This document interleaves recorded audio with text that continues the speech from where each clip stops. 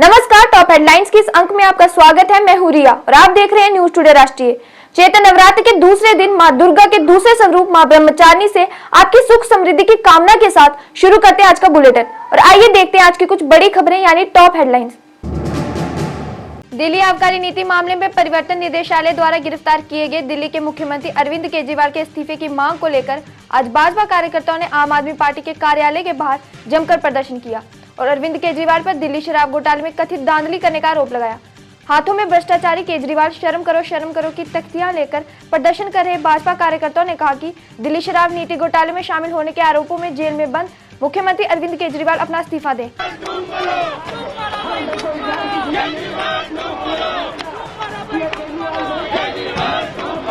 वहीं इससे पहले दिल्ली भाजपा अध्यक्ष वीरेंद्र सचदेवा ने अरविंद केजरीवाल पर दिल्ली के लोगों को शर्मसार करने का आरोप लगाया था।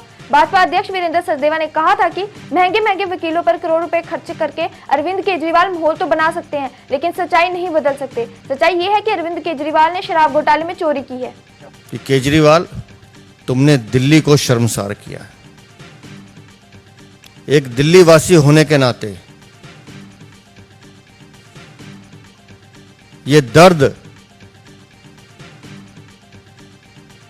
हमारे दिल में झलकता है कि जो दिल्ली देश की राजधानी है, जो दिल्ली पूरे विश्व में, पूरे भारत में सबके आकर्षण का केंद्र है, वो दिल्ली आज इसलिए कलंकित है क्योंकि उस कलंक की गाथा अरविंद केजरीवाल ने लिखी है। दिल्ली को लूटने का काम किया है।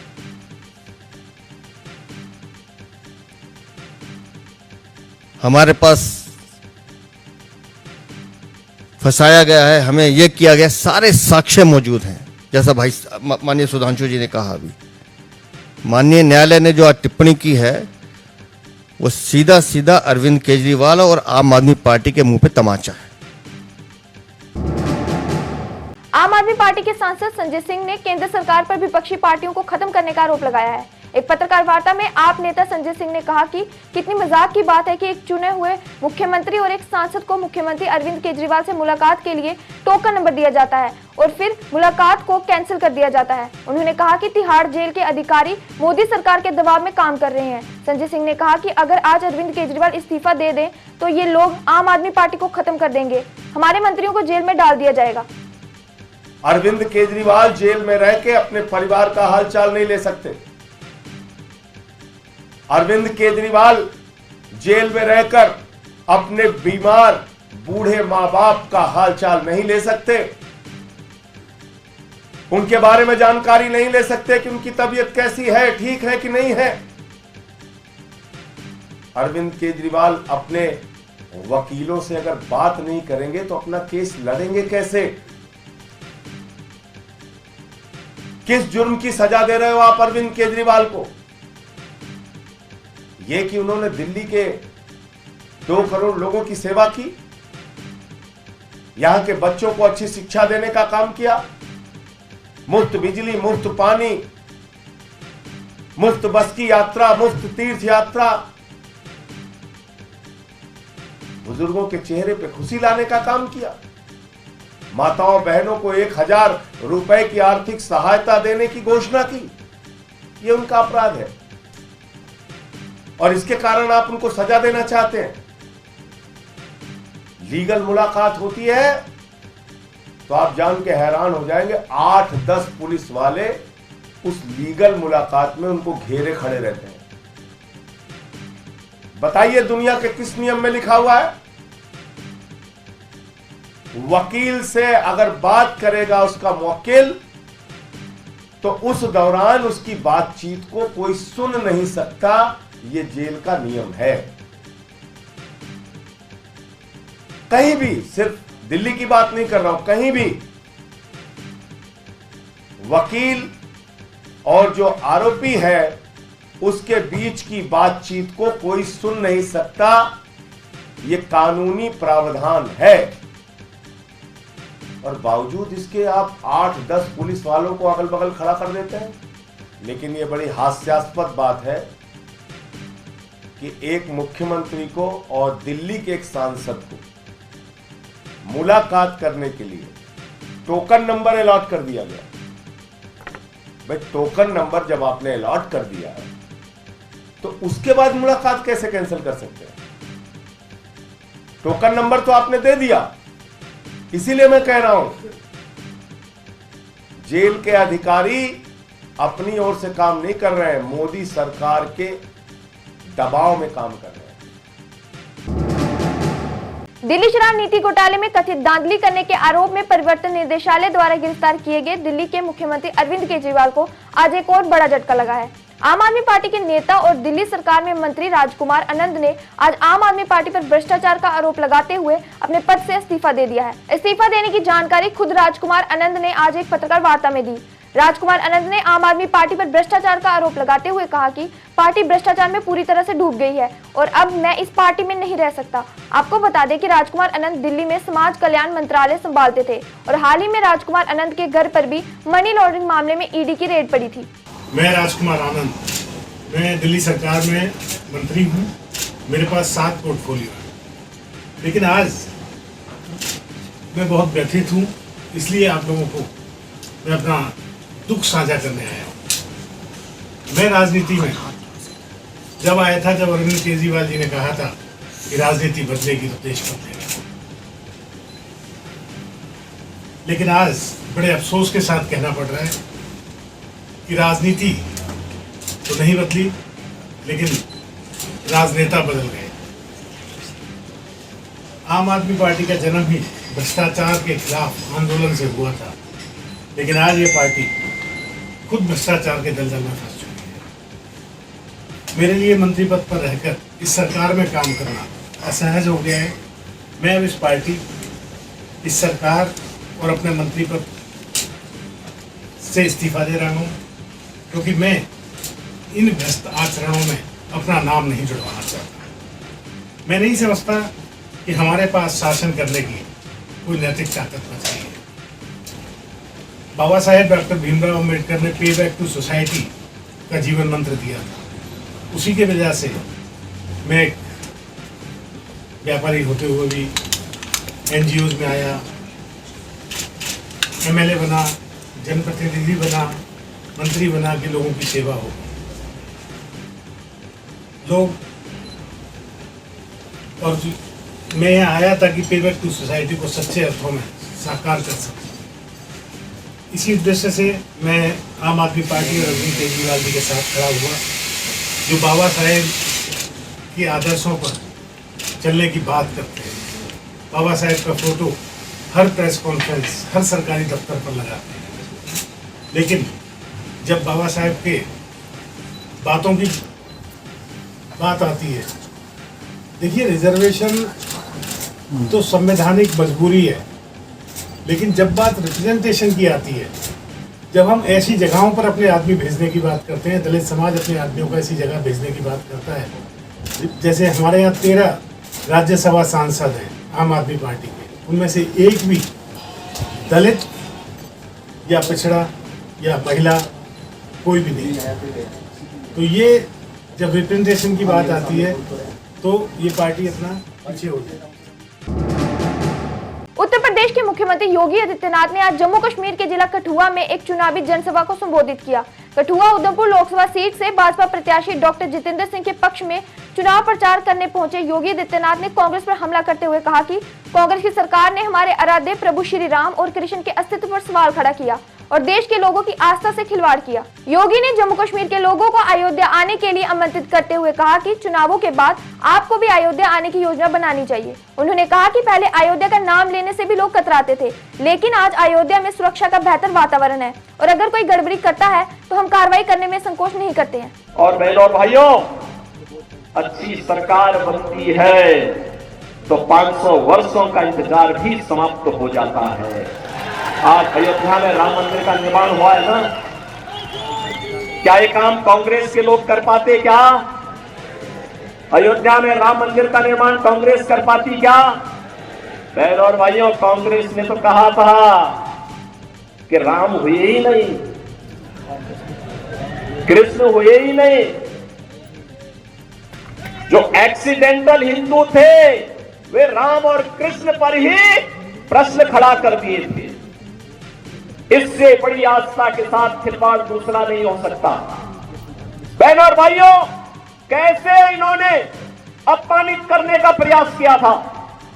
राम और कृष्ण के अस्तित्व पर ही प्रश्न खड़ा करके हमारे आराध्य देवों को नकारने का प्रयास किया था। लेकिन आज अयोध्या में भव्य राम मंदिर का निर्माण न केवल हो गया है, बल्कि आज आप अयोध्या जाएंगे, आपको आज परिवर्तन देखने को मिलेगा। अयोध्या में लगेगा जैसे त्रेता युग का अयोध्या यहां उतर आया है, साक्षात उतर आया है। जब अच्छी सरकार आती है तो यही होता है, अच्छी सरकार आती है यही होता है। काशी में आप जाइए, काशी विश्वनाथ धाम बन गया है। लोग बोलते थे काशी विश्वनाथ धाम संकरी गली थी, बामुश्किल 5 लोग जा पाते थे। आज 50,000 श्रद्धालु भी एक समय वहां आ जाए मंदिर परिसर में, कोई समस्या नहीं है, कोई समस्या नहीं है। आस्था का सम्मान कैसे होना चाहिए, यह कार्य भी आज देखने को मिल रहा है। नौजवानों के लिए रोजगार की व्यवस्था, जीविका की व्यवस्था कैसे होनी चाहिए, यह कार्य भी आज देश के अंदर बखूबी आगे बढ़ रहा है। और बहनों और भाइयों, यही नहीं, हमें सुरक्षा भी करनी है और देश को समृद्धि के नई ऊंचाइयों तक भी लेके चलना है। उत्तर प्रदेश के मुख्यमंत्री योगी आदित्यनाथ ने पाकिस्तान पर हमला करते हुए कहा कि आज अगर भारत में पटाखा भी फूटता है तो पाकिस्तान को सफाई देनी पड़ती है कि इसमें उसका हाथ नहीं है, क्योंकि उसे पता है कि अब भारत में प्रधानमंत्री नरेंद्र मोदी के नेतृत्व वाली मजबूत सरकार है। कठुआ उधमपुर लोकसभा सीट से भाजपा प्रत्याशी डॉक्टर जितेंद्र सिंह के पक्ष में चुनाव प्रचार करने पहुंचे योगी आदित्यनाथ ने मोदी सरकार की उपलब्धियां गिनाते हुए कहा कि मोदी सरकार ने लोगों को कई सुविधाएं दी। उन्होंने कहा कि 80 करोड़ लोगों को मुफ्त राशन मिल रहा है और देश के हर नागरिक को स्वास्थ्य सुविधा दी जा रही है। योगी आदित्यनाथ ने लोगों से भाजपा प्रत्याशी डॉक्टर जितेंद्र सिंह के पक्ष में मतदान करने और फिर एक बार मोदी सरकार को चुनने की अपील की। दुनिया के अंदर आज भारतवासी कहीं भी जाता है, लोग बड़े सम्मान के साथ उसकी ओर देखते हैं। आज भारतवासी दुनिया के अंदर सम्मान प्राप्त कर रहा है। आज सीमाएं भी सुरक्षित हुई हैं। ऐसा नहीं कि अब कोई पाकिस्तान का व्यक्ति कोई घुसपैठ करके हमारी सुरक्षा में सेंध लगाएगा, नहीं लगा सकता। अगर कहीं एक पटाखा भी फूट जाए ना तो पाकिस्तान अब सफाई देता कि नहीं, मेरा इसमें हाथ नहीं है, क्योंकि उसे मालूम है अगर कुछ हो गया तो फिर उसको लेने के देने पड़ेंगे। और बहनों भाइयों, जब एक मजबूत सरकार होती है तो ऐसे होता है। सुरक्षा की पुख्ता व्यवस्था, कश्मीर में धारा 370 समाप्त करके यहां की आतंकवाद की समस्या का समाधान, देश के अंदर नक्सलवाद की समस्या का भी समाधान हो गया। सुरक्षा की बेहतर स्थिति है, इंफ्रास्ट्रक्चर, अत्याधुनिक इंफ्रास्ट्रक्चर आप देख रहे होंगे। कई highway, railway, metro, rapid rail, IIT, IM, medical college, AIIMS जैसी सौगात आज देश को प्राप्त हो रही है। साइंस एंड टेक्नोलॉजी के नए नए केंद्र बन रहे हैं, अत्याधुनिक इंफ्रास्ट्रक्चर विकसित हो। चैत्र नवरात्र के दूसरे दिन आज श्रद्धालुओं ने मां दुर्गा के दूसरे स्वरूप मां ब्रह्मचारिणी की पूजा अर्चना की। नवरात्र का दूसरा दिन मां ब्रह्मचारिणी को समर्पित है। इस दिन मां ब्रह्मचारिणी की विशेष पूजा और व्रत करने का विधान है। चैत्र नवरात्र के दूसरे दिन आज जम्मू के बावे वाली माता के मंदिर में श्रद्धालुओं ने माथा टेका और माता महाकाली से अपने परिवार के लिए सुख समृद्धि का आशीर्वाद प्राप्त किया। हिंदू शास्त्रों में वर्णित है कि मां ब्रह्मचारिणी की पूजा करने से साधक को यम नियम के बंधन से मुक्ति मिलती है और साधक कठिन संघर्षों में भी अपने कर्तव्य पथ से विचलित नहीं होता। पुरानी कथा के अनुसार ब्रह्मा को प्राप्त करने के लिए देवी भगवती ने तपस्या की थी, इसीलिए इनका नाम ब्रह्मचारिणी पड़ा। मां ब्रह्मचारिणी को सफेद रंग प्रिय है और ऐसे में पूजा के दौरान उन्हें सफेद फूल और वस्त्र अर्पित करने से माता ब्रह्मचारिणी साधक की सभी मनोकामना पूर्ण करती है। किस तरह का मैसेज रहेगा आज के दिन माता दूसरा नवरात्र? बहुत अच्छा है, बहुत बढ़िया है। कल तो थोड़ा रश था तो बहुत अच्छा है, बहुत खुशी है। कैसे दर्शन हो गए माता रानी के? बहुत बढ़िया हुए, मनोकामना पूरी करे सबकी। उज्जैन के महाकाल मंदिर में होली पर्व पर गर्भगृह में हुए अग्निकांड में झुलसे एक 80 वर्षीय सेवक सत्यनारायण सोनी की मौत हो गई। गर्भगृह में हुए अग्निकांड में झुलसे सत्यनारायण सोनी का मुंबई के अस्पताल में इलाज चल रहा था, जहां इलाज के दौरान आज सुबह उनकी मौत हो गई। आपको बता दें कि होली पर्व पर महाकाल मंदिर में भस्म आरती के दौरान केमिकल गुलाल के कारण आग लग गई थी, जिसमें मंदिर के पुजारी और अन्य कर्मचारी सहित कुल 14 लोग गंभीर रूप से झुलस गए थे। देश भर की तरह जम्मू कश्मीर में भी ईद उल फितर का पर्व धूमधाम से मनाया गया। इस अवसर पर जम्मू की ईदगाह में मुस्लिम समुदाय ने ईद की नमाज पढ़ी और रियासत में अमन शांति के लिए दुआ की। ईद उल फितर के अवसर पर प्रशासन ने सुरक्षा प्रबंध सहित कई व्यवस्था की थी। इस अवसर पर बड़ी संख्या में मुस्लिम समुदायों के लोगों ने ईदगाह में ईद उल फितर की नमाज अदा की और एक दूसरे को ईद की बधाई दी। इसके साथ ही हमने दुआ की और दुआगो रहते इस मौके पर कि अल्लाह पाक दुनिया में जहाँ पर भी इंसानियत रह रहे हैं प्यार मोहब्बत के साथ रहें, खुश उसलूबी के साथ रहें, आफियत के साथ रहें। अल्लाह हम सब के दिलों के अंदर प्यार मोहब्बत अता फरमाए। जैसे ईद के दिन हम एक दूसरे से मिलते हैं, एक दूसरे को खाना खिलाते हैं, गले लगते हैं, हमारी दुआ ये रहती है हम सारी ज़िंदगी ऐसे ही बग़ैर कौमियत के, बग़ैर जगह के और बग़ैर दूसरों से नफ़रत किए प्यार मोहब्बत के साथ रहें। उत्तरी कश्मीर के बारामूला जिले के सोपुर में भी मुस्लिम समुदाय ने ईद उल फितर की नमाज अदा की और एक दूसरे को गले लगाकर ईद की बधाई दी। सोपुर की नूरगाह में बड़ी संख्या में लोगों ने ईद उल फितर की नमाज पढ़ी और देश दुनिया में शांति की दुआ मांगी। इस अवसर पर एसपी सोपुर दिव्या डी ने ईदगाह में जाकर मुस्लिम समुदाय के साथ प्रेम और सद्भाव की संदेश देते हुए ईद की शुभकामनाएं की। Allah Taala terus yai doa Allah terin ऐसी इजाज़त दी बाहर पूरा वरियस कायम आमीन Allah Taala terin साईं रोज कबूल आमीन नमाज रोज था ये सोपोर वाला आवाम को सबको ईद मुबारक। आज सवेरे से बहुत जगह पे प्रेयर्स चल रही है, पीसफुली खत्म हो रही है। तो यहाँ की आवाम उनका फैमिली और फ्रेंड्स के साथ अच्छे तरीके के साथ और खुशी के साथ बनाने के लिए का टीम बहुत मेहनत की है, सारे अरेंजमेंट्स किए हैं। तो कश्मीर के बांदीपुरा जिले में मुस्लिम समुदाय ने ईद उल फितर की नमाज अदा की और एक दूसरे को गले लगाकर ईद की बधाई दी।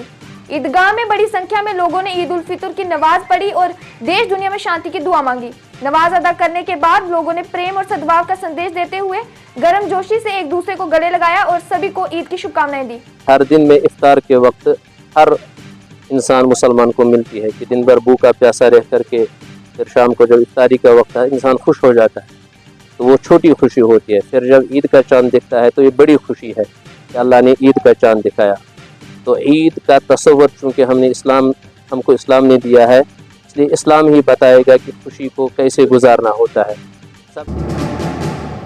टॉप हेडलाइंस के इस अंक में बस इतना ही। अगले अंक में नए अपडेट के साथ फिर होंगे उपस्थित। और अगर आपने अभी तक हमारे चैनल को सब्सक्राइब नहीं किया है तो कृपया न्यूज़ टुडे राष्ट्रीय को यूट्यूब पे सब्सक्राइब करें। इसी के साथ हमें दीजिए अनुमति और आप बने रहिए न्यूज़ टुडे राष्ट्रीय के साथ। धन्यवाद, शुभ रात्रि।